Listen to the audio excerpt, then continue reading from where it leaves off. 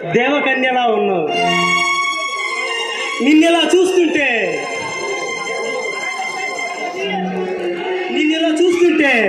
నిన్నిలా పుట్టించిన ఆ బ్రహ్మకు దండం పెట్టి నీకు ఒక ముద్దు పెట్టాలని ముచ్చటగా ఉంది.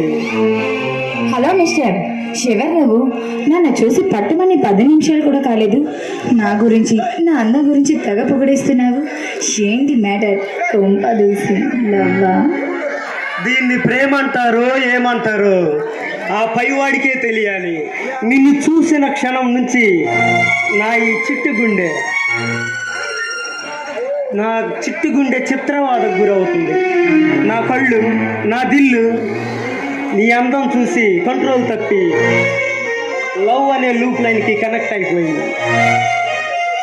అబ్బో, ఏమో అనుకున్నానే. అబ్బాయి గారు గాల్లో మేడలు కట్టే మంగమ్మ మనోడ్లా కనిపిస్తున్నారు. కానీ నువ్వు గాల్లో కట్టే మేడలు కూలిపోతాయి మిస్టర్ జెంటిల్ మ్యాన్. కళలు కరిగిపోయి అలలు చూసి మురిసిపోయేవాడు కాదు ఈ అమ్ముడు. ఈ 5.5 అడుగుల అందగాడు. నిన్ను పడగొట్టేంత, నీ మత చెడగొట్టేంత చాందని అందం నాది కాదులే మిస్టర్. అందానికే అసూయ పుట్టించే అందం నీది. ఆ నీలి వర్ణపు కళ్ళు చూడు నన్ను ఎలా కవ్విస్తున్నాయో. ఆ చంద్రవంక లాంటి నీ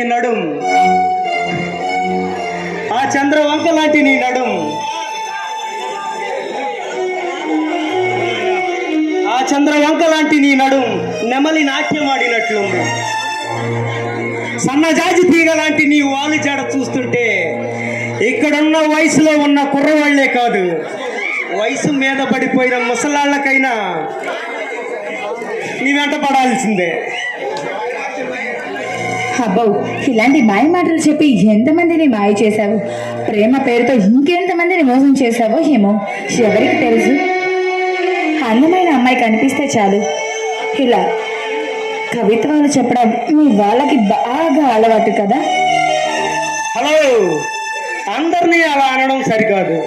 అందులో అలాంటి మంచి వాళ్ళు, ప్రేమ కోసం పిచ్చోళ్ళైన వాళ్ళు, ప్రాణాలు ఇచ్చిన వాళ్ళు, ప్రేయసికి తీపి గుర్తుగా తాజ్మహల్ కట్టిన షాజహాన్ లాంటి వాళ్ళు ఉన్నారు.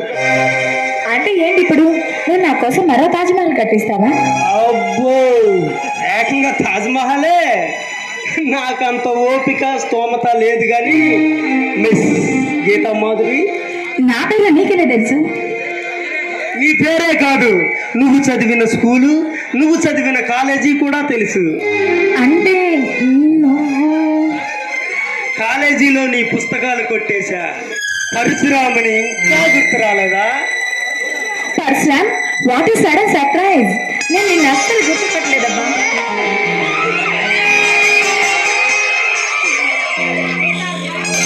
గీత, నువ్వు అప్పటికి ఇప్పటికీ చాలా మారిపోయావు. ఆంధ్రాలో అందగత్తెల పోటీ కానీ పెడితే ఫస్ట్ ప్రైజ్ నీకే ఇస్తారు. ఇక చాలా ఆపపరచడం. కానీ నువ్వు మాత్రం ఏం మారలేదు తెలుసా? అప్పుడున్న అల్లరి అదే. ఇంకా అది సరే, కానీ ఇప్పుడు నువ్వు ఎక్కడుంటున్నావు, ఏం చేస్తున్నావు?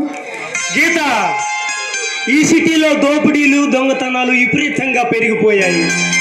ఒక బందిపోటు సింహాన్ని వెతుక్కుంటూ నన్ను ఈ సిటీకి పోలీస్ ఆఫీసర్గా నియమించారు. కంగ్రాచులేషన్స్, నువ్వు పోలీస్ ఆఫీసర్ అయినందుకు. సరే గీత, నువ్వేం చేస్తున్నావు?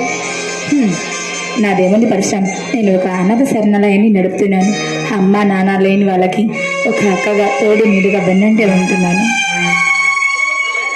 వెల్డన్ గీత, వెల్డన్. సరే పరశురామ్, మరి ఇక నాకు టైం అవుతుంది. నెక్స్ట్ టైం వచ్చినప్పుడు నీతో మాట్లాడతాను. నేను వెళ్ళొస్తాను. బాయ్.